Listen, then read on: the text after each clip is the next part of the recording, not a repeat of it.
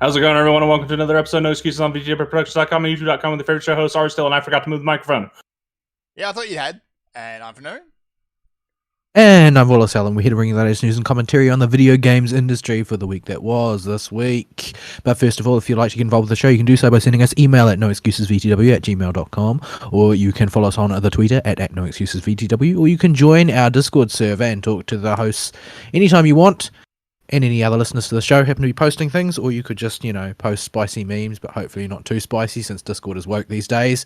More spicy. And you can easily get to that by clicking on the link that'll be provided in the description underneath the show archive on YouTube. Yes, indeed. So, because I am absolutely wiped this week, on the stream today, I'm playing a bit of Satisfactory, who just released on the experimental server their big patch 4, which adds a whole bunch of stuff, which you won't see in this stream because it's all endgame stuff. A whole bunch more autism. So much autism. I mean, you've got drones, you've got all sorts of things you can get really nuts with. So, this is just a bit of a base I've been building. It's all very basic at the moment, but I saw this really nice waterfall area here, so I just had to pave over it. It's what you do. Well, progress marches ever onward. Indeed it does. So, I'm just going to fool around with this. You might see a few of the new little bits and pieces if I can get up to, like, coal power or something. The UI changes you'll notice and things like that. But, yeah, we'll see what happens. So, not sure how we're going to do this week, because it's going to be, it's been a nothing week again. News-wise, at least. I think that it's called being an adult.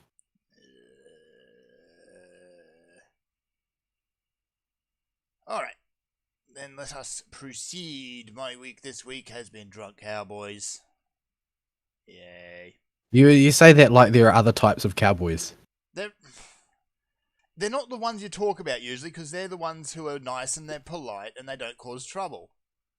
But the Drunk Cowboys are all like 18, 20 at the most, and they have absolutely zero consequences. So they go stupid. And Are they like landowners or heirs or farmhands or what? you get the occasional heir. Whoops, the game just crashed. This is what happens when you play on an experimental branch, folks. Yeah, you get the occasional heir, but most of them are just employees bought in from who knows where. I swear they buy them in a 12-pack down at the local produce store because they all look the freaking same. And yeah, that's probably triggered someone. I don't think that you can get in trouble for saying that all white people look the same. I think that only applies if you're speaking specifically about any other ethnic group. Probably. You get that a lot, actually. You get the occasional person who comes into town and they've lived in inner city Brisbane or something like that all the time. They think, oh, yeah, the Aboriginal people out in the West are absolutely feral. No. They're perfectly polite. They're really wonderful people for the most part. But them cowboys... anyway. Yeah, they're not civilized. So, as far as nerdery this week, I've got a few little bits and pieces worth talking about. So just a heads up, I'm having slight microphone problems. The mount fell off the desk. Oh, okay, because it suddenly sounds So- like you're a long way away. That's because I'm holding it down below me, trying to fix it. So if you don't hear me talk for a bit, I'm fixing the mic. That's why. Right, what was I doing? Oh, right, I'm going to build some plate factories. Okay, so yeah, nerdery this week. Still chipping away at the D&D group. We're about to start our newest game. And I am incredibly worried about what's going to happen to my character, because he's starting in a very strong position. I got some... What do you mean? Well, I got a really good stat roll. I don't like stat rolls. I don't like rolling for stats, period, end. It's my least favourite thing about the D&D system. It can really screw you, yeah. And Like, it doesn't... I feel like you get screwed no matter what happens. In my opinion, either you roll too well and the DM persecutes you, you roll too crap and the fates persecute you, or you roll adequately and your character's just boring. Yeah. Because a powerful character is really fun to play, an underpowered character can be very fun to play. If you're just kind of average, it's kind of eh. Like if you're the bastard child of a red dragon and a belt of hill giant strength, but you also have the charisma and intellect of a rock, you're still not going to have a fun campaign because you can't really participate in the role playing in a meaningful way, and the DM will send waves of Yetis at you until you're dead. Yeah. So, and that's usually the sort of stat spread you end up with. Yeah. So in this case, yeah, it's not world breaking, but I did get an 18 in there, so that's always a good start. But that basically means that you're Heracles. Yes. If you get it on strength, like that's what we're talking about. You're at demigod level already. Yes, it is ridiculous and can be very broken. But my character also starts with his own shop and things like that. What level are you starting at? Well, it fits in with the setting. We're starting at level 5. Oh, that's not too bad then. That's not too bad. So it was a convenient contrivance because my character, he starts off as a blacksmith. He's actually a forge cleric, which is fortunately the DM's pet class. So yeah. Forge So do you clerics. worship fire, or do you worship steel, or do you worship a god of those? I worship a disembodied asshole voice in the forge. And by worship, I mean tolerate. Is it like in everybody's forge or just your forge? Just my forge. So the setting we're playing with is one where the gods are dead, or missing, or dormant, or something. Or living in your forge? Or in this case, living in my forge. So yeah, my character's kind of started off as a really crap smith who was getting exploited horribly, and he was about to like go on the run and probably end up dead in a gutter within a week. So this voice starts talking over his forge and says, "Okay, I'm going to make you a good smith." Why? Not answering that. Who are you? Not answering that either. So yeah. So this is like, I've got nothing left to lose anyway. So let's just listen to the Let's just disembodied go with asshole it. living in my forge. Yeah, let's just go with it and see what happens. So yeah, that's basically my lot there. So I'm half expecting, you know, the first opening act to be, all right, you start. You're in your shop. The shop is on fire. All right, sorry about that, folks. Pickle. Welcome back. So yeah, that's going to happen. Start up next week. So we'll see what happens. It is already shaping up to be a lot more, a lot better. What am I doing? A lot better campaign than the last one, because the last one was kind of thrown together. No one really had any investment in it. So this time around, we've made full-on fleshed-out characters who fit into the world, and everyone's also made a handful of NPCs to which our character is attached. I have got at least one I'm expecting to get kidnapped within 5 minutes. So that's a thing. But they just sort of scream kidnap me. Pretty much, he's a starry-eyed, hyper-enthusiastic little child who just turns up at the forge. And he keeps poking at weapons and things that I've got for sale. He's going to end up in the forge at this rate. Probably, yes. Except his mother is a Karen. So, yeah. I just want to see what the DM does with that. Perhaps the disembodied voice living in your forge will use him as a conveyance. Or possibly fuel. No, I mean, it must suck being stuck in a forge all the time. Maybe he wants to ride a body around for a bit. Yeah, maybe. So I've left a lot of the details of the patron up to the DM, so yeah, this could be interesting. All I know is he's not going to answer any questions, and he's an asshole. Oh dear. So, To you or to everybody? well, so far he only speaks to my character, so yeah. So yes is the answer to that question. So the answer is yes. So yeah, that's going to be a lot more fun, I think. And we don't have any of the drama the last group had. Because when we started off, like, there was some people who were just kind of in it for those own weird things. Like the sorcerer decided he was going to attack a party member because I guess it made sense in character, but not really. There are almost no situations where voluntarily attacking the party is the result of good role playing. Yeah. And it's not something that just suddenly happens. Well, I mean, it can happen by DM fiat, but there's usually got to be a good reason for it. Yeah. So the thing is that anytime that I hear, oh, well, it's early in the campaign and we've already had one party member attack another party member, that usually suggests that the group is bound for a sticky end. Yeah. Yeah. That was the sorcerer, and he kind of exploded. Oh dear. Yeah, it wasn't pretty. Hmm? Aristotle, are you still there? Pickle. Pickle? Pickle. There we go. I had a big old error pop up. Sorry about that. Alright. So you were saying? I don't know. I was dealing with the big error that said you can't talk anymore. I was going to make some comment about DMs talking to their players again and how that can help make player attacking work. But I really, really don't like when players go off the rails and start fighting against each other. Yeah, it's a thing that can be really cool, I think. Like, especially if your characters are all invested and everyone's got some sort of stake, and most importantly, I think everyone agrees to it. Well, you don't have to talk to the entire party. You just have to talk to the one guy and be sure you tell him they need to do this in a certain way. Because this is what I'm going for. You didn't tell me that. You're the only reason I've ever attacked a party member before. Yeah, but you know I'm not out to kill you and I will actively curb anybody trying to do so.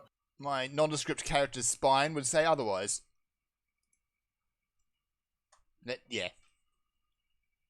So yeah, it's something. It can be something that is really cool and a really good role-playing moment, but it's got to be done right. It's just that it doesn't seem like the sort of thing that should happen early on in a campaign, except as a and this is how they met story. Yeah, like you can have your characters meet each other by beating the ever-loving crap out of each other. I don't think there's anything wrong with that. It was a terrible DM, but that's how I started one of my adventures when I was a player. Yeah, we were in a bar, and I rolled a drunken check. Because we didn't know how stupid will I act while intoxicated. This had nothing to do with what it does to my stats. Okay. And I just punched the then would-be cleric in the face. By accident. Were you trying to punch them, or were you trying to punch somebody else, or were you trying to do something different entirely? I was trying to give him a high five. Oh wow, that was a spectacularly bad roll. You were trying to give his doppelganger standing slightly to the left of him a high five, but you missed. We didn't have the 3 critical ones and you die rule, and I rolled 4 ones in a row. Good lord. That DM was not very good. You can't blame the DM for your inability to adequately roll polyhedra. No, that's me remembering out loud. I hated that DM. Those dice, however, sounded like they were cursed. Oh, I got another one. He got all the ones out of the way really early on, so it must have been plain sailing from there. Yeah, I don't remember. I don't remember. I'm just trying to interject myself back in after I had to abruptly leave and go fix my rig over here. Yeah. So yeah, I'm looking forward to that. As far as video games, it's still chipping away at Minecraft, but I'll leave that to Ari to talk about. As I've just been playing with mine colonies for the most part and pseudo AFKing it through most of it. Yeah, I've been doing something that requires a lot more active attention, but I've been monofocusing on one thing too. Yeah. And the other game I played is I kept chipping away at Persona 5S. I'll get to it eventually. I got distracted by something else this week. You totally should, because I finished the second prison, and honestly, I kind of liked it. It dragged a bit at points, but the writing and just the whole setup for it is a lot of fun. The person in question this time around is a hack author. who Mhm. has brainwashed people into buying his book and all of that. But you read his book, or Yusuke reads his book, and just says, "Oh my." Now, I want to point out that Yusuke is the character that thinks it's a great idea to stand naked in a church. Yes. And And yeah, this was Yusuke, eyebrow raising for him. in his, his very rather kind of stuffy, rather polite way, says that this is a dog shit sandwich. So you get into the jail, and it's based on the story within this book, and you can see why it is a said sandwich, because it is tropey and awful. It's and cliche. 95% of light novels. Yes, it is. It's probably a parody of generic light novel culture. It is. It most definitely is. So you've got, you are the chosen heroes, and you've got your 4 guardians protecting the way to the, whatever he calls himself, the Overlord. And the when he wrote the book, he didn't really flesh out the guardians, so they just look like regular people in business suits. And they just stand there spouting cliche until you decide to beat them up. I see. I done a wrong here. I need to fix this. So yeah, you've got Yusuke depriving the lack of decrying rather the lack of artistic skill, and you've got Futaba running around. It's a good thing she's wearing goggles, otherwise her eyes would just roll straight over her head. I see. Yeah, she is. She just criticizes the whole thing all the way through, and it's great. Are there any characters that are just really into it? No, not really. That's They pretty all- bad then. They all know it's just trash. Nobody's like, hey, I saw something like this on the TV about 800 times over the last 3 years. No. Well, yeah, pretty much. It's like You're supposed to stop watching those after the first couple. the first one, preferably. Is it? Oh, it's every novel ever. Then you have the bag. You don't actually see the shadow author until right at the end, and you see him, and he's like one generic unit demon lord. So he's got the big horns, he's got the big cape, and all of that. And then he turns into a dragon, because of course he does. Who JoJo poses. I see. I'm not sure why he JoJo What, poses. as a dragon, or As the dragon. I see. So he's this big dragon in golden armor, and he JoJo poses. By the way, the JoJo pose is your cue to hit him with a weak attack, elemental attack in the fight. I see. It makes sense. Yeah. It seems like it's kind of dumb of him to be the Demon Lord, though, since in every one of those stories, the whole point is for the Demon Lord to get destroyed if the series doesn't get cancelled first. Eh? So yeah, there's a few other bits and pieces. The lead up to going into the actual prison and how they find the password to get in there is definitely worth watching, because you get to see Yusuke be mean to someone. Is he And any good at it? He's extremely good. He just tears the author an absolute new one, because he basically badmouthed the Sayuri, the painting Yusuke's mother painted. Ah, I see. No, Yeah, your that's- mama. that's asking for trouble. Yeah. So, nice what'd you- guy, slightly silly, very stuffy and polite Yusuke just tears him a new one. In public. And it's great. So he has a "what'd you just say about my mama" moment. Yeah, basically. Good Alright, lord. so, yeah. Well, you can't really respect any man who won't go to war for his mother. Yeah, that's fair. You ain't getting my respect then. So yeah, it's continuing on the theme where it looks like each jail or each villain is going to hold up a mirror to one of the party members and either rehash their storyline or expand a little bit on it, or just Is this an accept Joker situation because he doesn't have a personality? I'm thinking it might be an including Joker at the end if they done anything right. Yeah, but you've been married to this fan theory since the beginning, so all of this Yeah. stuff may be in your brain to the exclusion of Joker being the last boss. Yeah, well, he won't be the last boss, but yeah. And this guy's at you freaking hypocrites, all of you. No one really has actually cottoned on yet that, because hang on, these people are doing exactly what we were doing all of last year. That hasn't happened yet. Well, yeah. Well, the thing is that also doesn't usually happen to kids. Yeah. Like they never, the average kid never twigs that he's a retard until he's left his childhood long behind. Yeah. And usually at some Ask point later in life, any you just- person who has gotten past the age of about 25. Yeah.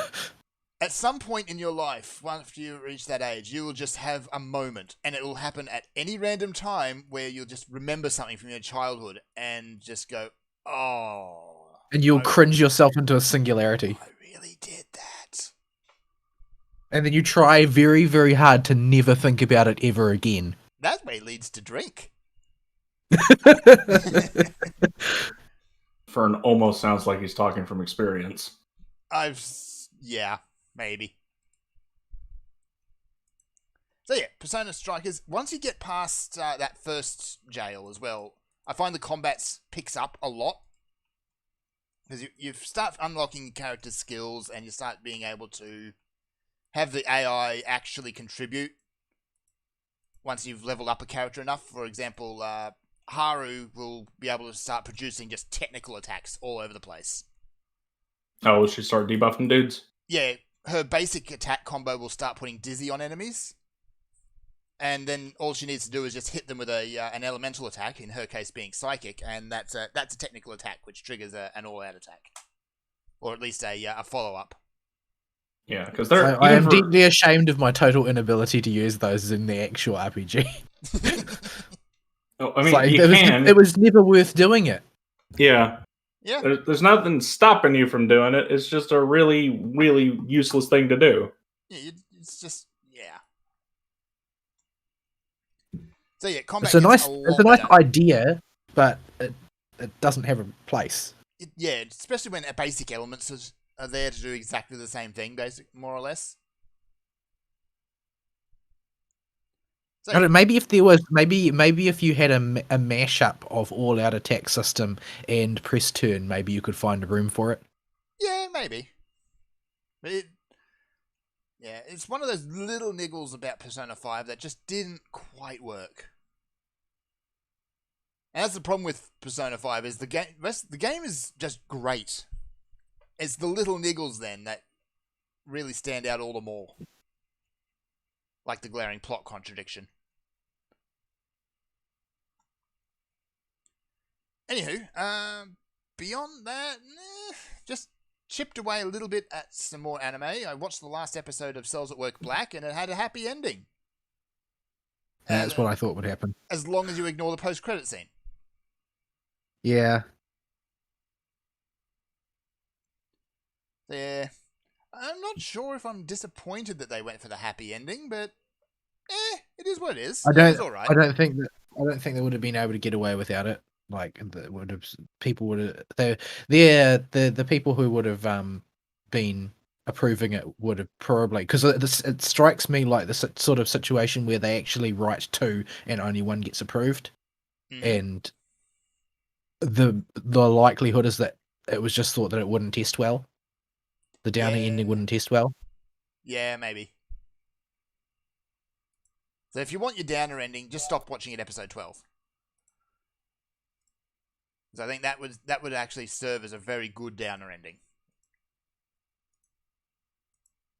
Because that's what happens in real life 99% of the time. Pretty much, yes. I guess if you're tied to normal cells at work, that a teacher could almost show to a class and they could learn maybe something. If you have an alternate series where the whole message of the series is everything's terrible forever and you're just going to die. Yeah. I don't think that's going to work. Yeah, Black is depressing. Especially when you compare it to regular Cells at Work. But I mean, I suppose that's the point behind, the show concept. Yeah. Like this is a body that is not taken care of itself. Alrighty. That's honestly about it for my week. It's just been a very blah week. There's a few games coming up, but I've actually started over the next couple of months to see that I'm going to have to make some decisions on what I want to play. Because there's a lot of good stuff that's coming up that I want to play. Decisions? Decisions. I can't make decisions. I mean, Evil Genius 2 is going to be the first. That's a no-brainer at this point. Goodness knows you've been waiting long enough. Yeah, it's only been... I don't want to answer that question. Yeah, it's been a while. When did the first one come out? 2005? Yeah, I think it was. I think it is about that old, yeah. Yeah, So I remember playing the demo when I was still in high school. yeah. Aside from a few bugs and weird little bits and pieces, the first game still holds up pretty well. So For some reason, the only thing I can ever remember about it is that it has a guy with an afro, though. I'm not really sure why. oh yeah, the sequel brought him back. Well, sort of. It's his son who looks exactly the same. Because that's how genetics work. I guess. Sort of. But yeah. So they brought back a couple of characters, like they brought back Maximilian, the evil genius. They brought back Red Ivan, who used to be a henchman, but now is a genius on his own right. Still has the bazooka, though. I'm assuming... Well, I mean, why would you surrender a position like that where you get to have a bazooka? Well, the problem is in the first game is he would use the bazooka and only the bazooka, and he would use it inside your base. So if your base was on... had an agent sneaking around and you just wanted to quickly dispose of them, you'd send Red Ivan, because you're a complete muppet. And suddenly your base is on fire. All of it. I don't know, this sounds like a very efficient way to rapidly deal with the problem. Yeah. If you don't mind the cleanup. Like, Red Ivan is great because he can wipe out a field of agents really, really quickly. But when you don't need him to do that, your best gameplay use for Red Ivan is to lock him in a cupboard and leave him there. Because otherwise he might just take it into his head to blow something up. I mean, what do you expect if you're going to unleash a communist on something? Yeah. You can't expect there to be anything left afterwards. Yeah. Incidentally, for Evil Genius 2, he's voiced by Brian Blessed. I might need to play this now. You got Brian Blessed being... I didn't even know you could do a Russian accent. He can't! So Oh. his Is it like- accent is it like terrible. Is it like the Tim Curry Russian accent? Yes. He will... Wait, that was a Russian accent? It was supposed to be a Russian accent. Oh. Oh. Spice! So, yeah, it's great. So I'm really looking forward to that one. Oh, wow, what else was there? There's Binding of Isaac's new expansion coming up, which is going to be a little on the side thing. I can't think of anything now. Well, it's all gone blank. So I'm going to leave my week at that. All right. Full Gusa. What do you people want from me? Well, then I'm just going to pass over to Ari. It's been that dry. Well, that's all I've been doing all week because it was an interlude discount week, and I've literally been putting the interludes off for years, just letting them rot there. It's very easy to do that. so it'll be all right as long as we both don't have to talk about it. That's where we get off in the weeds. All right. yeah. So all I did was basically the interludes. Not that I really care about how much AP I spend since I've got gold apples out the wazoo, but the bargain hunter and me just couldn't bring myself to do them when they weren't on a discount. So that's what I did. I cleared a whole pile of those and I watched all the stories, and boy, it's letting them accumulate for several years, like literally since the beginning of the game, has really given me an interesting cross section of the writing. Because most of the interludes, particularly those early ones, are truly appallingly badly written. They are of no narrative consequence, with no character insider development. It's just that, servant goes into place and you kill a bunch of animals, and then doing Robin's one, and it's like, let's go hunting. Hunting what? Yeah. Wyverns. It'll be wyverns. It was wyverns. It probably was wyverns. They were definitely Some of them are wyverns. okay. some of them are okay and have decent stories to them. Like They- Friends is good. Friends How is good they are is sort of like they get better the further out that servant gets from, well, the interlude really gets from launch. Hmm. Mhm. So some of the recent ones were actually pretty good. Notably among them, I think the one that I enjoyed, that I found the most just straight up enjoyable, was probably Cersei's, which is just her telling the story of how she met the Argonauts, because basically it starts off with a master comes back to his room, and Atlante and Cersei basically just flopped down on his bed, doing teenage girl things Oh no. and acting like teenage girls. And it is never adequately explored why they are acting this way, but in his attempts to get them to leave so that he can rest, he gets a story out of Cersei about how she met Atlante. Considering and- it's Cersei, actually getting a story out of it is probably an improvement.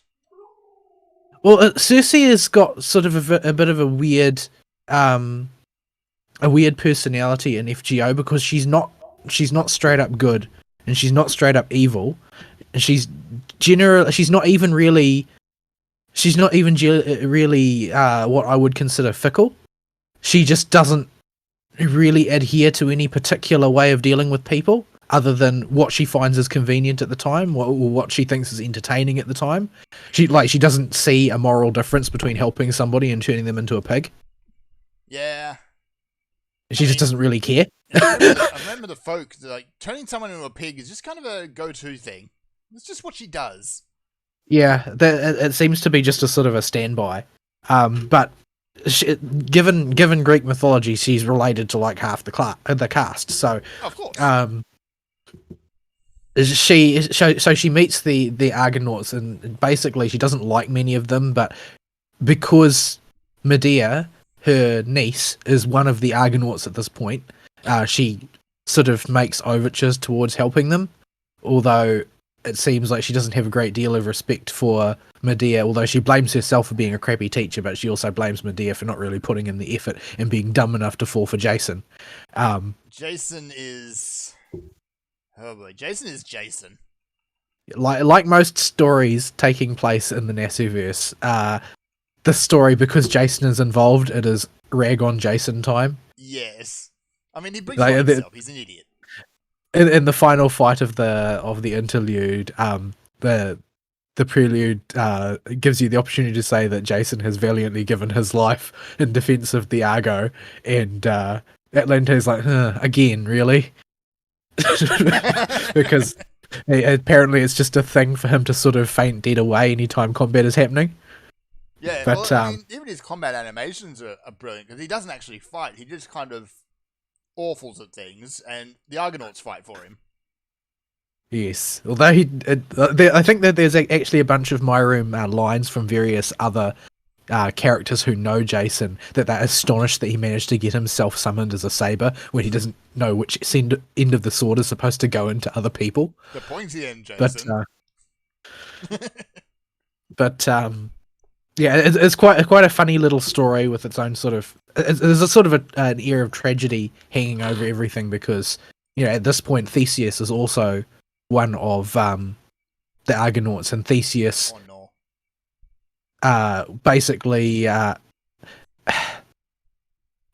Circe is related to both Pasiphae, the mother of the Minotaur, and to Ariadne, the girl who falls for Theseus and helps Theseus slay the Minotaur. And then Theseus, after promising to marry her, just basically ditches her. So there's and of course nobody likes Jason, and Circe likes Jason even less for having wedded her niece. So basically, Circe's in this position where she really wants to help Medea out, except that, and she gets along well with Atlante, but she hates Jason and she hates Theseus, and Heracles is no longer there as sort of a noble redeeming factor, as a moral center to the group. So, As a big brick that punches things. well, he's not a berserker in his lifetime. Like, he gets summoned as a berserker because the berserker class is imposed upon a summon in Type Moon lore. Like, you can summon a berserker by accident, but usually the berserker is summoned by somebody who wants to summon the berserker. Right. Hercules' natural class is either archer or saber, That makes sense. but he's sort of implied to be a type of moral center to the group while he is on the Argo, but they land at Circe's island after Heracles has basically been replaced by Theseus, who is not nearly so moral and only really interested in what his duties are as the king of Athens. So Circe's sort of in this position where she doesn't want to help them, but she does want to help them. And eventually it just ends up with everybody clowning all over Jason, which is the appropriate position for him in the pecking order. Yes, at the bottom. By contrast, Hijikata's new interlude that just came out, it was one of the interludes that came out with this interlude discount campaign, is actually just really depressing. Because it's sort of like it's a montage of short scenes spanning from you in your position as you're a new, sort of in his dream, as a lot of these ones are, as a new recruit to the Shinsengumi, and you go through a series of short vignettes throughout the history of the Shinsengumi, with Hijikata being the only one that's alive in the end, and then him going off to die. And so it will bring up black screens with a date in the event, and so you see, time after time, it's like the screen will come up and say, "Oh, this battle happens," and then the Shinsengumi is forced to go on the run, and then this date, Okita dies. This date, they're defeated in battle, and Hijikata has to go off and join this other force, and this day everything has fallen apart at this point, and Hijikata goes off to die himself in one final last stand. So it's really a depressing story, because it's basically about how he continues to try and uphold what he sees as the ethic, the way of life of the Shinsengumi throughout the course of his career, as one by one all of his comrades die, and he continues to try and carry on by himself. So it was just, frankly, just strictly a depressing story, and I was mopey afterwards, because there's not a single bright spot to be found, really. But, yeah, so those ones show that, there are some good writing chops associated with the production of these interludes, but some of the other ones are just an atrocity. Like, Darius's one is like, Darius goes into a singularity and he kills a bunch of skeleton warriors, and then he kills a bunch more skeleton warriors, and he kills a bunch more skeleton warriors, and then do-ho-ho, we couldn't work out where the skeleton warriors were coming from. It turns out he was accidentally summoning them. End of story. Yeah. Not great. Not great. But a few of them, there are amongst them, there are those real gems of really entertaining ones or really well written ones, and I had a few good laughs, and of course one extremely depressing experience, which was Hijikata's one. But yeah, they don't do interludes as much anymore. It sort of seemed to be the case that they were going to use interludes as what they now mostly use strengthenings for, where they would advance a character's power by means of the interlude. But nowadays it's not so, they don't produce so many characters that are strictly under strength. So interludes are just sort of like when somebody feels like putting a short story, and then they'll put an interlude in, and if they need to adjust a character's power, they'll just put in a strengthening. So yeah, I've been doing mostly those. I've been ploughing through a huge number of apples, trying to farm up enough embers to unlock each of those interludes. But at this point, the only thing left in my interludes list is guess who? Oh dear, no. I don't know. It's the Angry Manju. It's gotta be a Grumpy Mango. Right. That's why I drug him everywhere for like a year. Yeah, well, I haven't been doing that for a year yet, so he's not anywhere near there, and that one is going to sit by itself in the interlude list until such time as he finally reaches Bond 10. After which point I will shelve him and never use him again, because he is bad. Put him into the archive and just leave him there. Throw away the key. But yeah, that comic with Liz in it. I feel bad for Liz. Poor Liz. Ari doesn't feel bad for Liz at all, ever. No. But Yeah, so that's basically what I've burnt most of my time doing, and I've cleared all of my backlog except for whatchamacallit, Angry Manju. And so next on the list, I suppose, is rank up quest backlogs, which is something else that I've left without doing because, I mean, a lot of the ones in there are characters that I just don't really use, like Blackbeard. Why would And you ever use Eric- Blackbeard? and Eric the Blood Axe, and all of those. Yeah. Actually, one interlude that did have sort of an interesting character moment I didn't expect them to deal with was Serenities, where they actually tackle head on the unrealistic depiction that gacha games in general and FGO in particular has of the relationship between the player and his lackeys, in that it always seems to be the case that, oh, well, the lackeys have some arbitrary reason why they're going to fall for the master one way or another. Mm. And in Serenity's case, I mean, it's basically set up for her, right? She's the poison girl. Yeah. She can't touch anybody. And so she falls for the master because he's the only one that she can touch. But her interlude concerns her basically coming to the realization over time, spending time in Chaldea, that there's actually tons of heroic spirits who are strong enough to withstand her touch, and that the master isn't actually unique in this regard, even though she went through her life thinking that there was no one she could touch. So she latched onto the master the first time that she touched him and he didn't die. And the story is basically about her trying to figure out whether there's actually anything real there or not, whether she has any genuine affection for the master, and or whether it's just, oh, well, she just immediately latched onto the first person she thought that she could touch, and it might just be an illusion entirely in her mind because she's been sort of forced into it by her position where she occupies in life and in the story. I see. So normally they don't bother to ever touch an issue like that, which has been a major criticism I've seen leveled at the character writing in the past, is that, oh, well, there's actually, it seems very artificial that, oh, well, she can't touch anybody and that's why she's lonely, but she can touch the master because plot bunny, and yeah, and therefore she's going to fall in love with him. Well, this is about her questioning, okay, actually, I don't have any reason to believe that I'm actually in love with the master because I've never been in love with anybody, really. So just because I can touch him doesn't necessarily mean anything. Mm-hmm. And so she gives this big sort of heartfelt speech about how she hopes that that you'll still have time for her once she's finally figured out if she actually has any real feelings for you or not.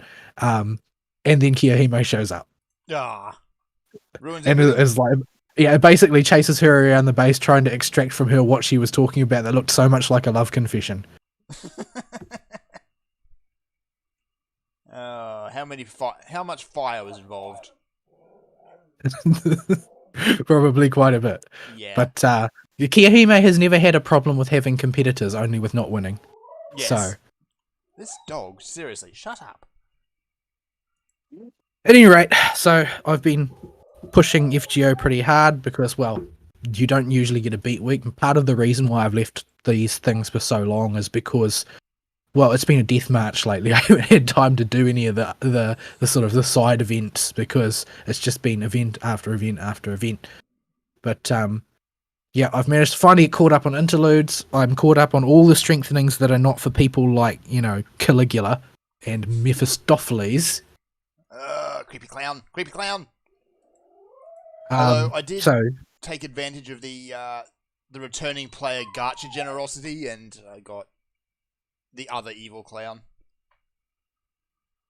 So, yeah. The other evil... what was his name? I don't know who you're referring to offhand. Hang on, I've got to look it up. There are several evil clowns in the Japanese version now. Yeah, they do seem to collect evil clowns. Let me see. I'll just duck. I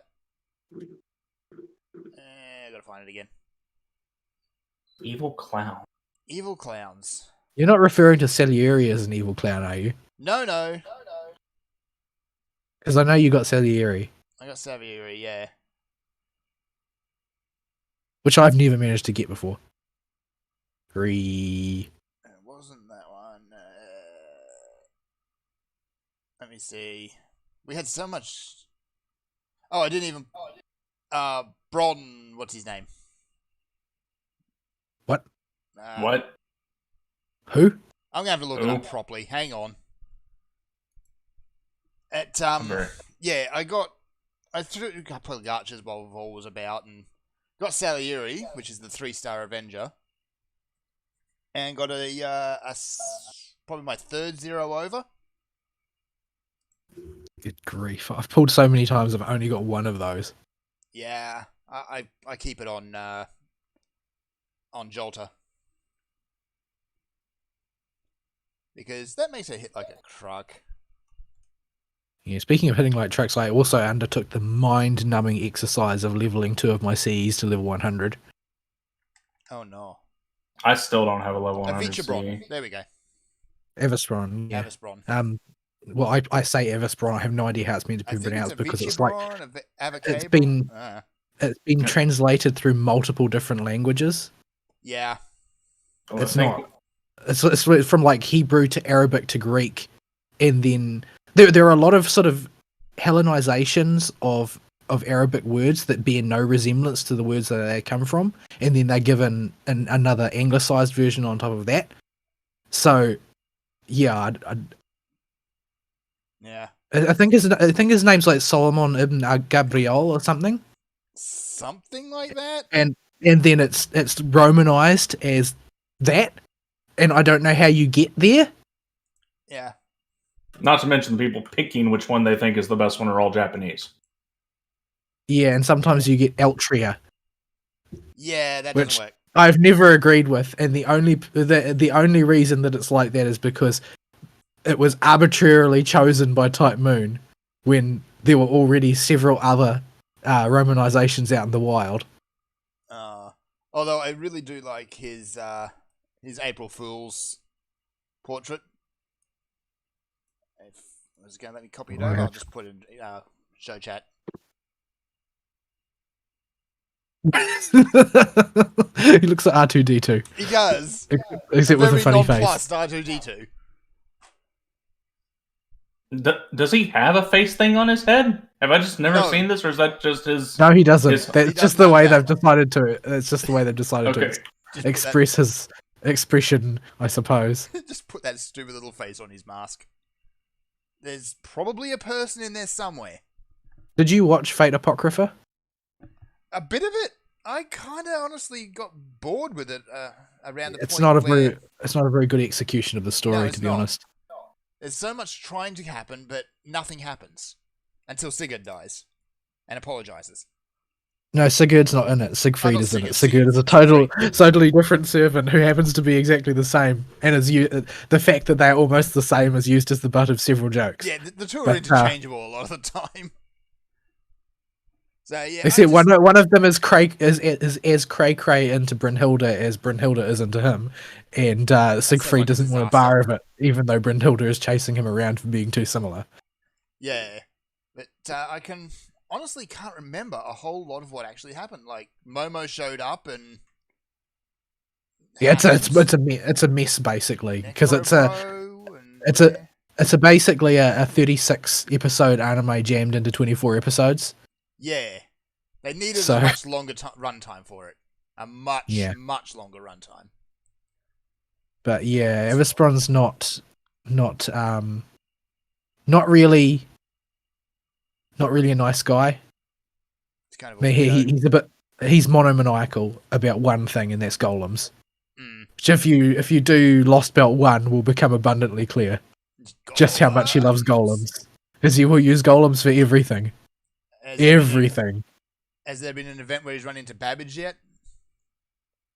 No, there wouldn't be. Who was the other golem guy they had? Other golem guy? I don't know about another golem guy. But yeah, his outfit does make him look kind of like a clown. Although, I'm not sure why. Yeah, I'm not sure exactly why. He's incredibly flamboyantly dressed. Yeah, but his personality is the opposite of flamboyant. It's extremely dull and focused entirely on golems. Yeah. I remember he was in Apocrypha, and that's about it, because I don't think he actually did much at that point. No, he But had the only impactful scene in that whole story, and it's Yeah. because he's an asshole. Well, he doesn't think of himself as one. But yeah, like he his character is illustrated quite well, and that's largely because it's quite simple. It's very simple and very specific, the things that he cares about and what his priorities are. So within an overly condensed runtime, his character was still able to be expressed properly. Yeah, he do terrible thing, get bad end. Well, he disappears from the plot pretty early on in the piece, actually, relatively speaking. Yeah, Because I don't know how the book stretches. basically, because he's the only one who's driven enough to push his goals to the forefront, like immediately, without dicking about. Yeah.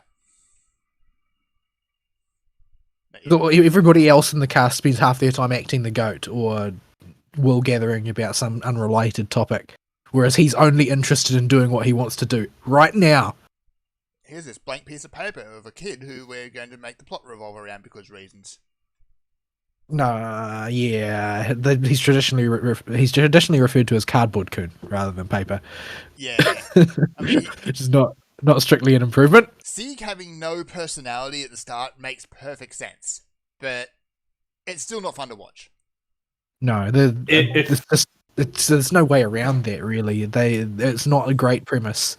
If they had distributed the attention between the different characters better the way they did in Fate Zero, I think it would have worked quite well. Because in Fate Zero, while you've got like Kirutsugu being at the center, everybody else still gets a fair shake. Yep. Not so in Apocrypha. There's just not the time for it. There's too much story being told, too many characters. The cast is double the size.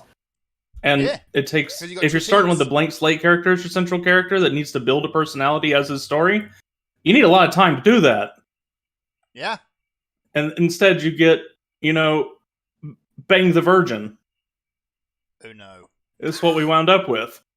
Nobody likes that. Nobody likes that at all. Because there's no way to really credit those relationships between a character who has a fully fleshed out personality and someone who doesn't have one at all. It was like the big criticism of a lot of those early magical girlfriend stories, because a magical girlfriend would often have a very flat personality, and there's not really any good reason why the leads end up head over heels in love with them, other than they're available. Because anime.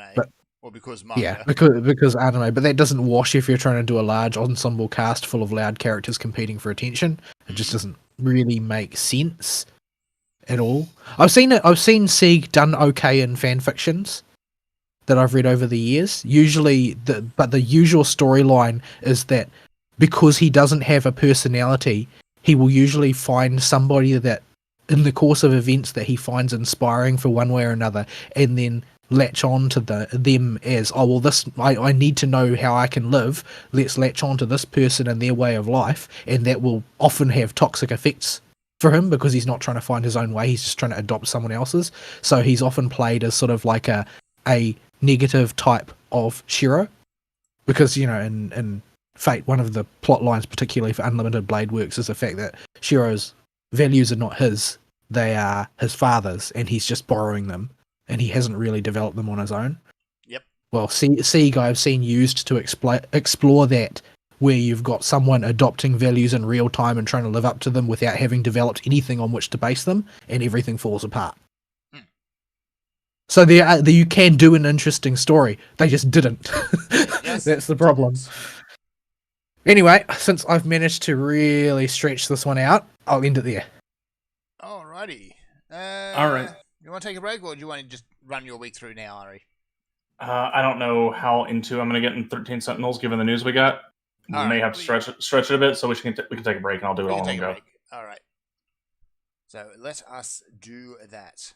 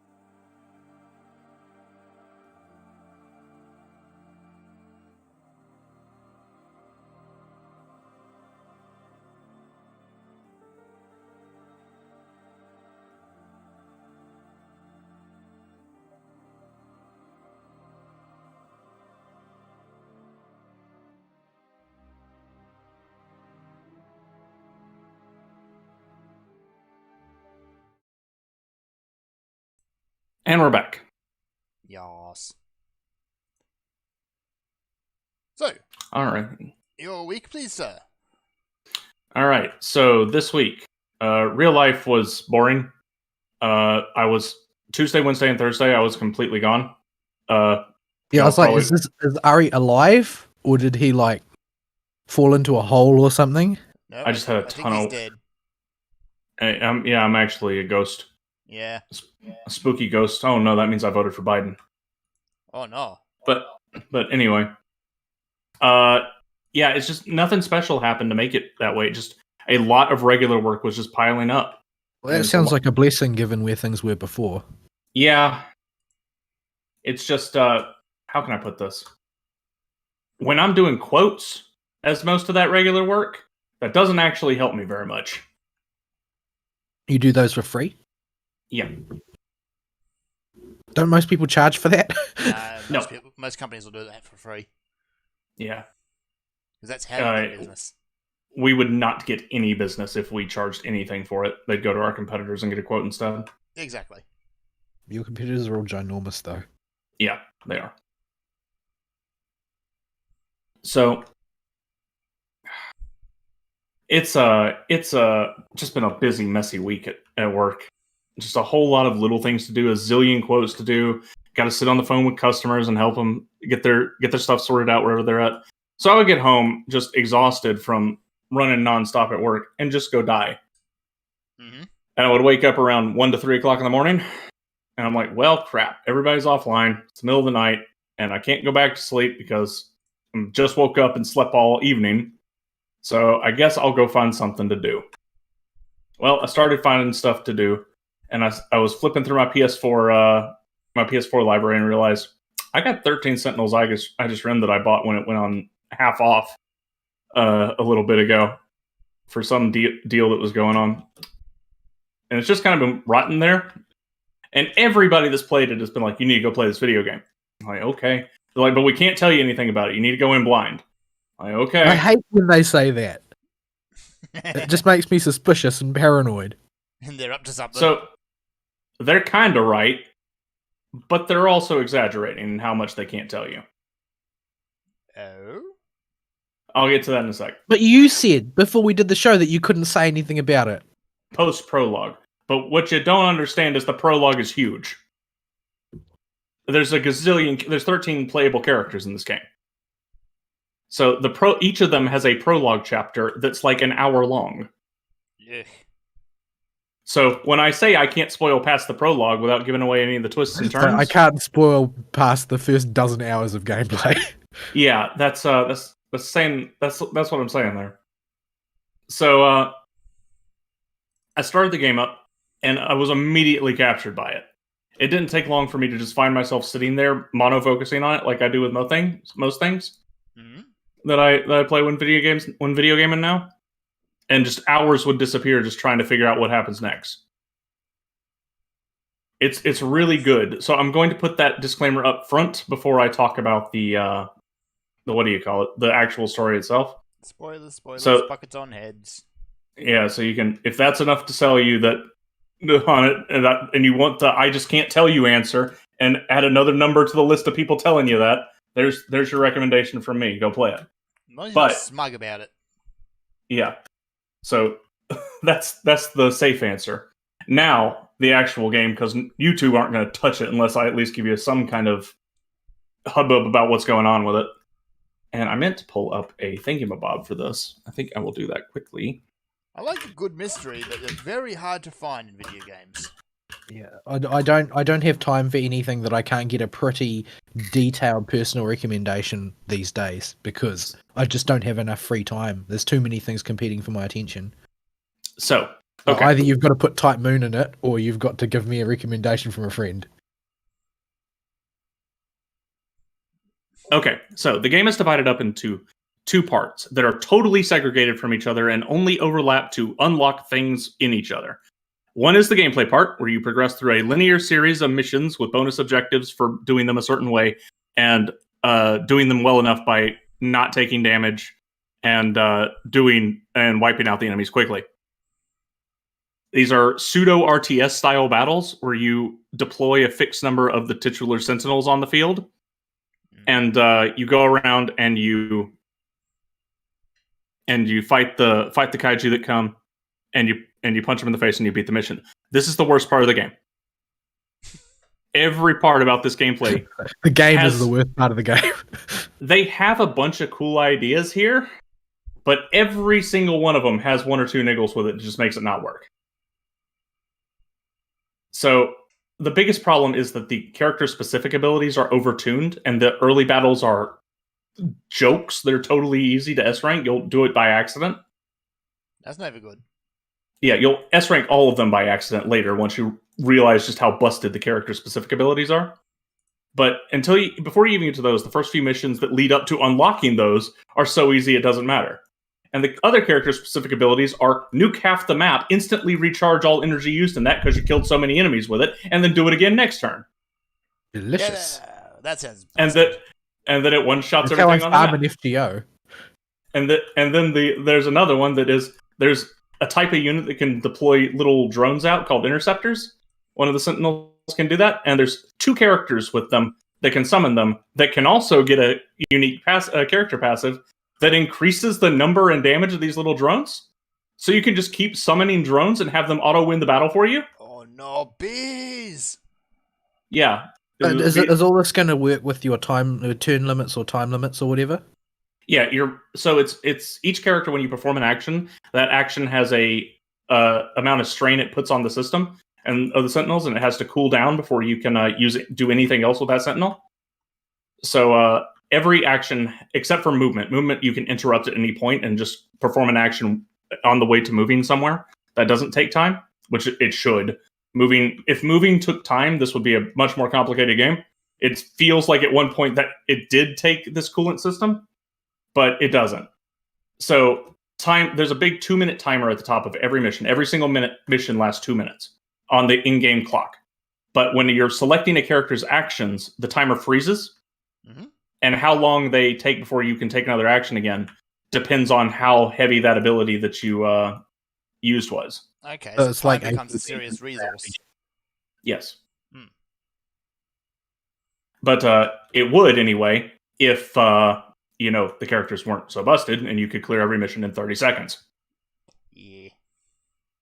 So the gameplay part has all kinds of depth to it and all this interesting stuff that looks like it'd be fun to play. It doesn't matter. Press button, nuke map. It's like, okay, track and field girl. You got the nuke up? Use the nuke. Okay, we'll wait for more enemies to spawn and do it again in 5 seconds. Is there still anything left? Do it again. Yeah, well, that's what the interceptors are for. You have the girl and the guy that auto-generate the little drones and can generate more of them that hit harder, and just go, okay, go nuke the world, or go send your little buddies out to get the cleanup, and I'll just have Track Girl sit here and nuke the whole map. That sounds incredibly boring. Yeah, and every fight, as soon as you realize this is the optimal path, will devolve into doing exactly that. Blah. So, How much of your time do you have to spend doing this? about an hour and a half per section of the story. So that means that you got to do it 3 times. There are 3 sections in the battle thing that go on a linear path: Sector 1, Sector 2, and Sector 3. And you have to. Each one is 10 missions long of those things, but they go by so fast they all take exactly the same amount of time, except for maybe the bosses when you first get to them. They might take a full 5 minutes of real world time. Not selling the game so far. Yeah, the gameplay part's boring. Nobody cares about this part. Everybody says you just gotta kind of eat it. That's not why this is interesting. So, the setup for this is, it's a time travel story. So Like, that could mean that it is apocalyptically bad or apocalyptically good. Yeah. But either way, it's apocalyptic. So the way the story reveals its later reveals forgives any time travel problems. In the last chapter, the way they set up is properly set up and explained that all the inconsistencies were clearly intentional, and you understand why at the end. So don't worry about it being a time travel story. But basically, the characters in the story who will eventually come to pilot the Sentinels, all the Sentinel missions you do, by the way, happen after all of the story sections. So you're seeing into the future when you go and and you go fight the kaiju with the Sentinels during the battle missions. That won't happen until the entirety of the visual novel section of the game is done. Well, visual novel with point and click elements. So you have some in the prologue of the title male character, Juro Kurabe. It's revealed immediately that his memories have been completely overwritten. He's not who a bunch of characters think he is. Okay. He thinks he's a totally different person. And so his story is figuring out what's up with that. Iori is has the weakest story alongside one of the other characters, but it's still okay. She's there to flesh out she doesn't have a very specific plot for herself. She's the white-haired girl on the cover of the game. She's there to give context to a bunch of the other characters and side characters mostly. And as such, her romance arc feels the worst of all the romance arcs, and every single character has a canon romance. Sorry, shippers. All your ships are sunk. All of the shippers, they appear to have graduated from shipping and turned into people who argue over which characters in the plot are actually trans. Yeah. So the shippers don't have any ground to stand on with this game at all, because all the characters have relationships, and hers feels the worst because they spend too much of her story. Well, they need to, but they spend a lot of her story going around and fleshing out all the side characters. So she has the weakest main arc, and I don't actually remember if she even really had one. It was a bunch of independent stories going around showing the world and how it works. You have some guy called Shu Amaguchi, whose TV talks to him, and he can talk back to it like he's the crazy vampires in Vampire the Masquerade. The only reason I remember that is because of Seth. He's also the ostensibly normie dude who has a little bit of coolness to him. He's the most likable male character. He also unabashedly hits on every woman or anything he thinks is a woman. Because of course someone has to be a lech. Yeah, and he does the role really well, and it actually eventually breaks through to his love interest. It's very clear that it will from the second it starts, so that's not really a spoiler. The real spoiler is who his love interest turns out to be, because there's a twist with that. A twist? A twist? What you have, let's see, what else? You have Megumi, her story revolves around her not quite yandere-like obsession, but super obsession with the old person that Kurabe used to be, and how living around him, while a good chunk of the characters, including Juro himself, cannot know that his previous self existed. And she knows this, so she just moves into his house. Okay. That's creepy. She does something to his grandma that says, okay, yeah, you can go live at home. And this is super taboo because her story and Juro's and most of the characters are in 1985. She does something to his grandma. Yeah. So his grandma's still alive, but she didn't kill her, but that still sounds really weird. And immediately it turns into almost a twisted in a weird way parody of a magical girl story when a talking cat tells her she needs to go kill the witches. Because it's always a talking cat. Yeah, she calls it Fluffy. So let's see. Then we have Takatoshi Hiyama. He's as a character is weird. He's like if Yusuke was gay, but he didn't like it because the first thing he does in his story is fall for the trap character, and he hates himself for it. It's a trap. And so he follows the trap character he's in the 1940s during World War II. The time jump, they can only leap with the time leap device between 40-ish year intervals and only at set points. So they're very stuck in what they can move between in the eras. But he's from the 1940s, and he comes to 1985 chasing after I swear you are a real woman through the teleport gate, and winds up stuck in 1985 and having to live off the streets. Trips are gay. Yeah. Don't tell him that, though. He's still trying to work it out by the end of the story, I think. Let's see. You have standard delinquent girl, Yuki, who gets contacted by the police and brought out of juvie to be an operative for them because she's convenient for the school they're in. And so, despite being a delinquent, she's not the punchy story. She's the detective story. It's really weird. That's a bit different, yeah. Yeah. So figuring out where her friend went and how that connects to what the government's involvement is, or not really the government, but the higher powers in this universe that really run everything do. It's the man. Her story is set up to set up the finale. Her story ends earlier than others, so I can't talk about it very much. But that's what her deal is. You have Sekigahara. He's hard to explain because his whole shtick is he wakes up in an alley with a dead woman in front of him and a note to himself that he wiped his own memory and he needs to do certain things to make sure his life doesn't fall apart and to accomplish some kind of undetermined mission. So the Amnesia Dark Descent excuse. Mm-hmm. His story's okay. It's another one heavy on world building and less on the character. I'll say best girl for last. Kitaro is another 1945 guy who was actually able to use the time machine there normally because he was working with the Sentinel Project. He's not like the other one that just kind of waddled in and got stuck. He never fell into the cockpit. Yeah. There's always one. Yeah. So his story starts with him just showing up at Juro's house.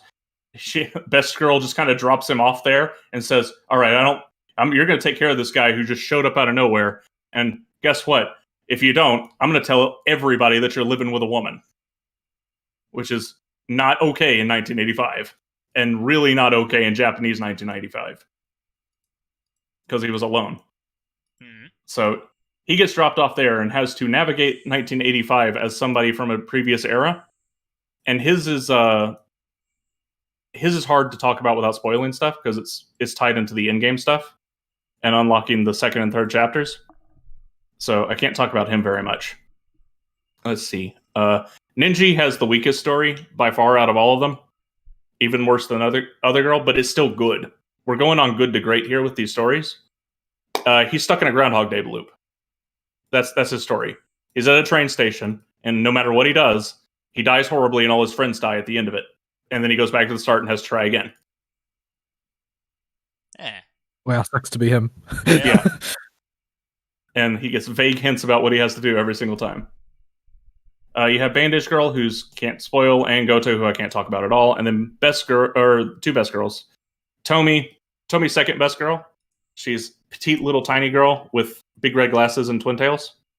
And she is this bubbly little, not ball of sunshine, but she has a whole lot more pep than the rest of the class does, or the rest of the characters do. Considering some of the personalities and the stories that the other characters have, I'm surprised they have any pep at all. Yeah. So she's tied to the future times that they can jump to a lot. A whole lot of stuff around her life is changing and being weird. Things like people seeing two of her running around the school. And she's trying to figure out what's happening in the future and why the kaiju attacked in the first place and stuff like that. That's her story. Best girl is Natsuno, who is a 1985 alien B-movie buff. And so when she sees a little sentry drone from the future, she assumes it's an alien and she's going to go on an ET-like adventure when it tells her it needs to find its corresponding sentinel so that it can get its memory unit back. And she refuses to believe that it's actually a robot and thinks it's a genuine alien. And so she has the entirety of the government chasing her, looking for her after she goes missing, because she thinks they're after the alien and are going to take him back to America and dissect him in Area 51. And she's basically saying she's completely nuts. No, she's perfectly sane. She's watching too much TV. Yeah, she's perfectly sane. She just watches way too much TV. She's her generation's version of people who spend too much time on social media. Now, think about which one is worse. My brain. Well, considering she eventually goes, wait, you mean you're a robot? Because she has to, right? Yeah, sooner or later. It just later. kind of works. So the story wraps up together about what the time travel machines really are, why they exist, what the kaiju are, and what the Sentinels do. And a lot of it's given to you in the execution of the stories. Once you get past the prologues, I could see some people not liking the prologues. But you're missing one real key piece of information here. which is that you haven't said anything about how these are told. Like, from the Yeah. way you have explained it, it sounds like there's just a list and you play them one at a time from start It to might finish. as well. It might as well be. Everything is held up on the execution of the narrative. You walk around in a 2D environment, triggering character talks like you're talking to people in a 2D side-scrolling RPG. But you'll get keywords, and you press the triangle button to consider them, and then you use those keywords on other characters to trigger different prompts for them to talk about, or you'll talk to different people in different orders. They'll tell you to go talk to somebody else, or a character will say they're going somewhere, and you have to walk in that vague direction on the screen, and it'll skip all the places in between and just drop you there. It might as well be a visual novel. There's not a whole lot of brain work that goes into this. And aside from one little bit in Poster Girl's story, I forget her name. She's on the poster for the game. Iori. Because they don't use her real name for the character she really is. Spoiler, Iori's not her name all the time. They they just don't have to do very much. They just spoon feed it to you. Now, Iori does, her thing is there's one section where you're stuck in a loop, and the conversation will loop unnaturally back to them saying the exact same things again, and you have to talk to her friends and do the right things at certain points in the conversation. Otherwise, she'll just go getting crepes, ask if you want to get crepes or ice cream, go get your food, loop back around and do it again. So you can get stuck in a loop of eating ice cream because you're trying to figure out what to do and just don't know where in the conversation to stop. I mean, there's worse time loops to be stuck in, I guess. Yeah, time loops with free ice cream are better than time loops without free ice cream. Exactly. Yeah. So she's a little weird like that. But everyone else, you don't need a guide for this game. Even the Platy's a freebie. It's do all the stories. Oh no, S rank all the missions that you'll do by accident anyway. I think there was a difficulty button, but that's such a story-focused game, I honestly forgot about it and just saw the battles as a slog. Yeah. How are the battles worked into the story, by the way? Does it just like, and meanwhile, here's a battle? No. Every single battle. And then start the battle mode. Every single battle in the story mode, it takes place after the story mode. Okay. All the battles happen post story mode. Just one after another. Yeah, it is a consecutive long one night of super battle. That's where all the fighting takes place. So, okay, you get some fantastic story, but you need to sit through an hour of just porridge. Yeah, I wish you could save the battles for the end, because you do get little character bits and story points throughout the battles that are only relevant after you've finished the main story. So I wish you could save them for the end, but you can't do that.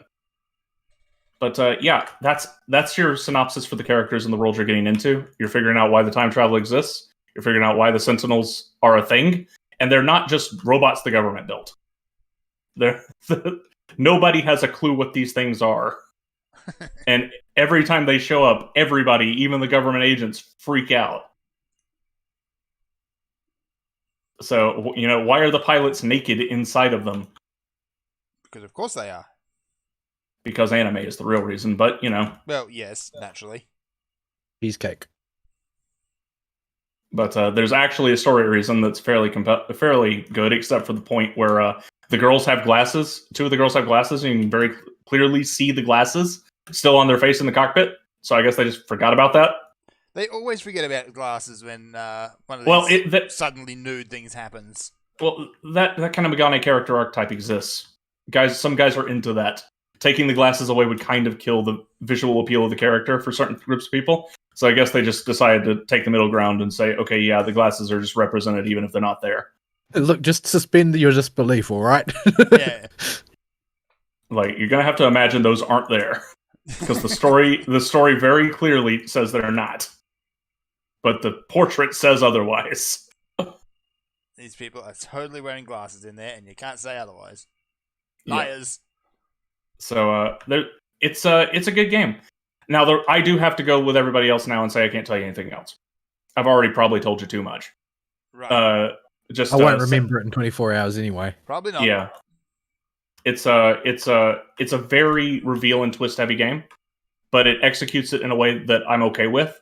So you with- don't feel like you've just been lied to or anything like that. Yeah, the first few, you may not have had all the pieces to put together, but as the story goes on, you'll start putting more and more of the twist conclusions to the story mode together in your head before it's revealed. You'll be given enough pieces to solve the mystery yourself. That's pretty much where you draw the line, right? If it is not possible to assemble the answer without being told outright what it is, then it's just cheating. Yeah. So this follows the rules that say you can figure it out yourself, which is good. It makes it a very easy mystery read in that sense. It's really the whole point of a mystery is to figure it out. And hopefully figure it out before the characters do.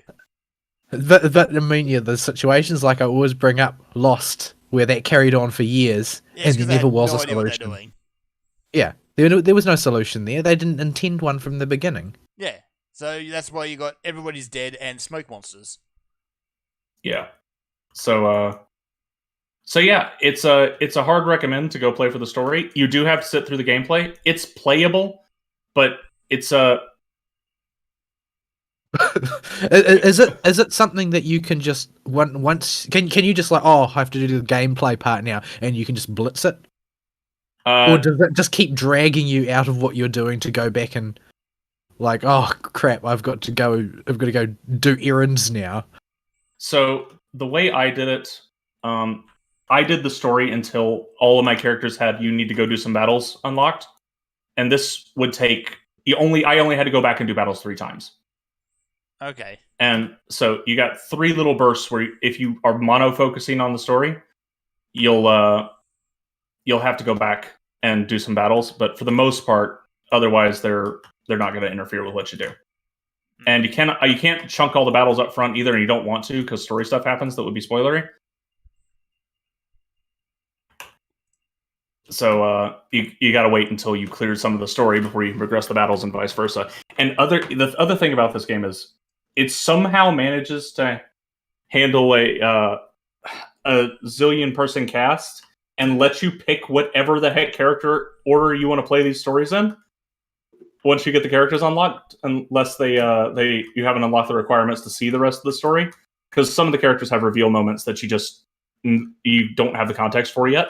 So the way it solves the problem of the player not having enough information to solve the mysteries, it just won't let you do it until you do.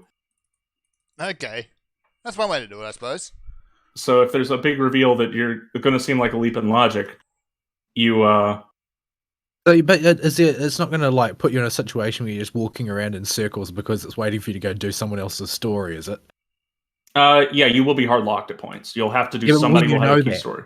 Yeah, you know that you've got to go and drop what you're doing and go pay attention to somebody else. Every single section of story that ends, not character's story, but section of their story that ends, boots you back to the protagonist select screen. And if you hit a lock point, a big lock icon will appear over the character and say, go do this at this chapter. Okay, that at least tells you where to go. It's incredibly straightforward. It seems like a bit of a risky structure, though, to have a really compelling story and then kill the player's momentum by sending them off to do an incredibly crappy battle mode for a while. Yeah. It's playable. It's just, I could see there was an idea for a game that probably worked in somebody's head at one point. Mm-hmm. The only problem is that that game wasn't very good in execution at all. Yeah, it certainly sounds that way. Too much stuff is overtuned. Too much stuff just doesn't work, or is busted, or just shouldn't be in there at all. Mm-hmm. But they had a really good story to tell, at least. Yeah, it's totally worth it. It's not going to stick with me forever.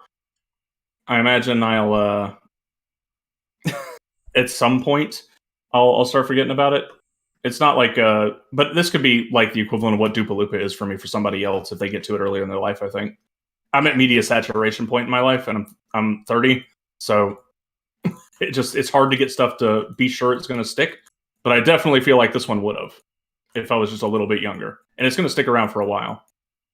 And it's fairly short. I managed to finish it in 3 evenings at a little bit on and off play, Monday and Friday. Okay. So about 20-ish hours for the main story. 10 for the side bets, and the Platy's free, so you get that just for doing it. So yeah, that's 13 Sentinels breakdown and recommendation. Okie dokie. Let us look at some news then, shall we? There's not much to talk about this week, unfortunately. Again. Mm-hmm. So, yeah, we got a little bit more information about SMT Lucifer's Call Collector's Remaster. Or Nocturne if you're American and wrong. Are they releasing it in each region with its region-specific names? Unknown for the re-release? I doubt it. I think they're just calling it SMT3 everywhere. Yeah, I think they might be.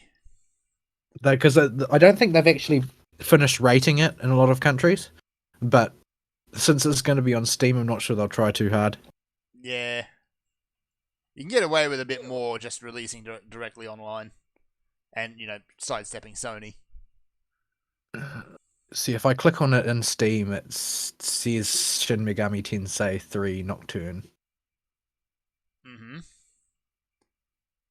So we've got it's starting to get ESRB ratings out of it for at now. I believe it's also coming out on the PS4 and the Switch as well, but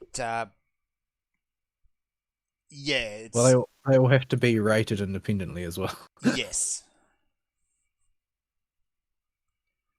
So the release date for SMT Lucifer's Call Nocturne whatever is May 25th.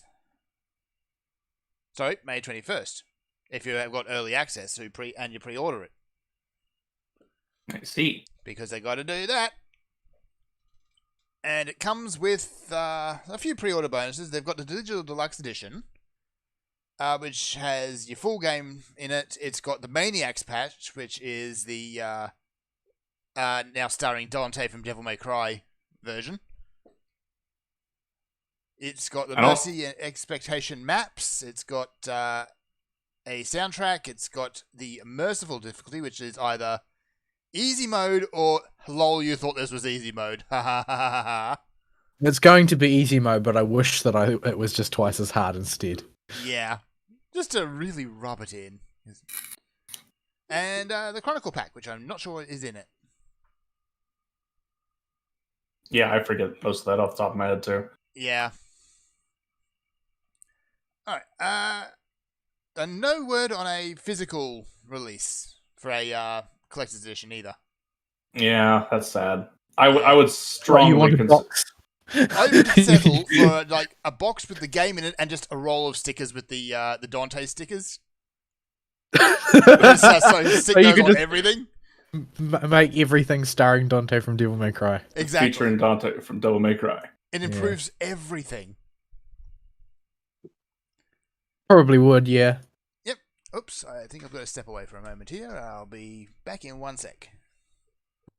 So yeah, honestly, I played Nocturne so much in my life, I don't need to play it again. I always make it halfway through and then stop. I've never finished it. I've made it halfway through many times.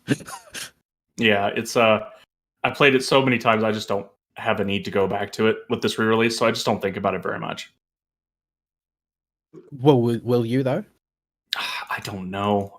It's especially if it's digital only, probably not. But if I can get a physical copy, I might do it just for the sake of I really like that game. But it's hard to tell because none of the stuff they've announced for it really is like, oh, I got to get that now.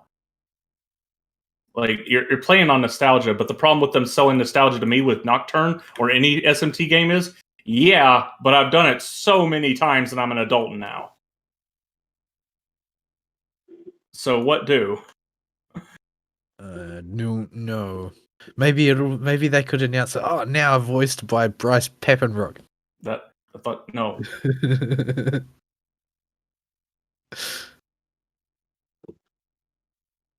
I don't think that I will leap in to do that. Like I've got more than enough JRPGs to play without sticking my hand in a meat grinder. Like it's I know that I can do it because I've had success with it in the past, but it's a marathon. Mm-hmm. And I don't like the Amala network at all. It's the worst thing ever. Yeah, every time I step back in there, and I remember that's our quote fast travel unquote system. Just like, oh boy, here we go again. Oh, you tell funny joke. Where did Fern go? He has to step away for a minute. But yeah, I would like to have something a bit meatier to talk about and wait for Fern to get back before we switch topics. I guess I can go on a tangent, I guess, to fill time. I played a bit of RuneScape this week because it was on Steam, and I remember playing that. Let's see what it's like nowadays. Didn't your mother play that? Yeah, she was like up there in the zillionth top player in the world or something. She was really good at that video game. Because she does little else. Yes. So she was really good at RuneScape. And I was immediately caught by, I don't know if we've talked about this on the show, even though we kind of knew it, but I was reminded how good Jagex's policies are for a classic game. Yeah, I've brought it up several times in the past, whenever we're talking about WoW Classic. Yeah. So they, it's like they have this poll feature, and the player base, whenever they go to a bank, can vote on the newest change. And 70% of the people that vote, and the only people that can vote are people that are members, so they're paying the sub or getting enough gold to buy the WoW token equivalent. And they have a skill level of 300, so not anywhere close to a new account. That'll take you forever. And then what else? There's another restriction too. Oh, have at least 20 hours of gameplay time, which you'll get that automatically getting the 300 skills. So yeah, that stops anything happening that the player base is like, nah, that's a bad idea. Let's put it to an actual poll. Because you can do a poll in a game forum. That's not going to give you a representation of the player base. A certain type of person is going to go to the forum that doesn't play, and a certain type of person is going to play the game and never look at the forum. Probably because they think all the people in the forum are toxic AF. So you can't really get a poll there. But an actual poll where if it passes, it gets changed, period. You can get some pretty good data from that. I have returned. And the other thing is their anti-AFK system that would deal with WoW Classic's bot problem, where random events happen to you, and if you don't respond to them, you get kicked. I feel like in World of Warcraft, they're just committed to doing everything wrong. As wrong as humanly possible. Like, that's what they live for. Honestly, just let's be wrong. Here's some point of contrast. I've been keeping one eye on Bless Awakened, just partly for the lulls of it, because Bless release it was just awful. I have higher respect for that dev team at the moment than I do for the Blizzard one, because for one reason, and that is because they've listened to the player base. So yeah. Yeah, I mean, from what I heard, one of the routes forward that they're sort of trying to poll the player base on, not like Blizzard ever listens to the player base, is to adopt that bifurcated development principle that has been employed by Jagex, where they revived classic RuneScape, and it just gets developed independently from continuing RuneScape. Is it still an internal Jagex team, or is it a separate one, by the way? I don't know who owns Jagex, but they've got more than one team now, I think. But yeah, they developed independently along different routes and have followed different sort of design philosophies moving forward. And Blizzard has sort of started sending out feelers for whether people actually want a ongoing development of WoW Classic in accordance with a different design philosophy. But I don't think that part of the reason I think that Jagex could do that was because Jagex were Jagex. I don't think that Blizzard can explain to their investors or like the Bobby Koticks why they would be abandoning their current route, or rather not even abandoning, but acting as though they were abandoning their current route of design philosophy to go back to doing an old one which has already been played out before. Like, yeah. I think that that's their main obstacle is not necessarily, although it might be, it's not necessarily that they can't be made to understand that the design philosophy was different and it has a different audience back then. but it may be impossible for them to explain to their higher ups Mhm. because it's something that only a gamer can understand. Yeah, and also the environment at Blizzard is just different than a smaller company like Jagex. I mean, Jagex did fairly well back when RuneScape was the thing. Back in when what is what we now call old school RuneScape. Like everybody played RuneScape a little bit at least. Yeah. But The leaderboard was topped by old ladies. yeah, like it was a The only people who had enough time to get to You needed invest oh, into a yeah. game You that's needed grindy as retirement that. level time to get up there. yeah. But they didn't have a gangbusters business model that would make them money hand over fist. They just didn't have the same types of freedom that a bunch of other people did with that kind of thing. Mm. So they did good. They stabilized, but they stayed fairly small. The level of pride in an environment like that, knowing you did good, but you're not, Blizzard, makes you able to listen to your community a bit better. I think. Yeah, because Well, it's you haven't gotten to the point where you think you're way too cool for that sort of thing. You haven't gotten to the point of you aren't so lacking in humility that you can say, oh, you think you want it this way, but we know better because we're special.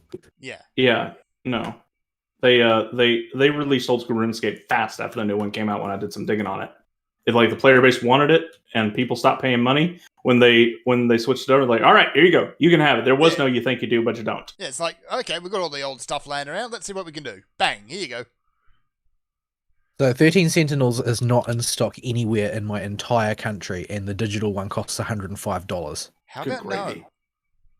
It was a short print run because it's Vanillaware that makes it. Vanillaware, everything No, that they no do is a wonder. short print run.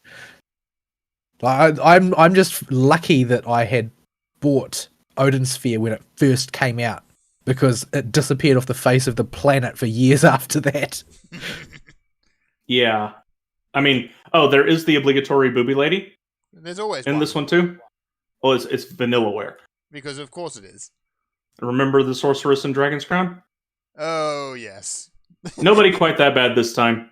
Although Yeah, I wish there was in a very real way. I want to see some people cry about a character's breasts again. Well, I That mean, sorceress was Dragon's just- Crown did gangbusters off of the controversy that it caused. It did. Just It's because of how PS4 ludicrous that sorceress was. Well, did you see the Amazon too, Yeah, and the Amazon. and the fight. Well, no, the fight was covered up. Yeah. I got Vanillaware games twisted in my head for a second. But yeah, So the elf had a lot of fans depending on where people preferred to look. yeah. So they don't. They're much more tame this time, but they haven't gone woke or anything. There's still at least one booby lady. It's like they put her in the story because this takes place in a modern real world setting. They can't go as high fantasy about that kind of thing, Mm-hmm. and just Well, I kind mean, of hand wave it. I think it's still Kamatani doing the art, isn't it? Yeah, it is. Yeah, and his inspiration to be an artist is like the Boris Vallejos and that, the people who drew that Western art that was extremely, like, all of the women are busty bodybuilders sort of thing. Yeah. Like that was his inspiration when it comes to creating art. So he's not going to sell that out, I don't think. Yeah. So while it is much more conservative in its clothing and body proportions than the other because ones, of the prevalence of 80s in there. yeah, it's the 80s for the most part. There's one girl from 2020 or 2024, but no, there's two characters from 2024 in there that I can't tell you who they are. But all the other girls come from the 1980s, and the setting is the 1980s.